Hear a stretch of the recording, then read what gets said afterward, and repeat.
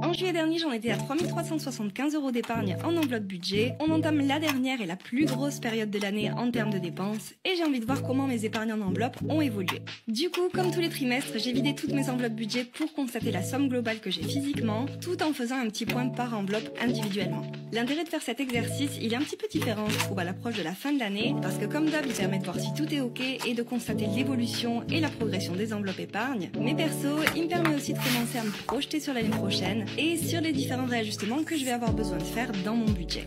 Et ça, c'est super intéressant parce que là, par exemple, en faisant ce point, je me suis aperçue que mes besoins, mes envies et mes priorités, mine de rien, elles ont quand même déjà pas mal changé en seulement 10 mois. Par exemple, là, je commence à avoir suffisamment de recul pour constater que je suis confortable dans mes enveloppes shopping et beauté par rapport à mes besoins, mais que mes épargnes de précaution, comme la santé ou le vétérinaire, par exemple, elles ont avancé, oui, et plus vite que l'année dernière d'ailleurs, mais toujours pas suffisamment à mon goût. Ce qui veut dire que mes objectifs ont naturellement évolué, que je vais donc devoir réadapter ma stratégie budgétaire l'année prochaine et que j'ai encore quelques mois devant moi pour la laisser mûrir dans ma tête et ça c'est vraiment très cool. D'ici là, ce petit point il me permet quand même de savoir que ma stratégie de l'année dernière elle a été payante et que je vais quand même pouvoir passer la fin d'année l'esprit tranquille. Du coup à vue d'œil on dirait bien que mes épargnes ont augmenté et comme je sais que vous aimez ça autant que moi, on va compter le total ensemble en partie 2 pour voir l'évolution. Je vous fais des bisous.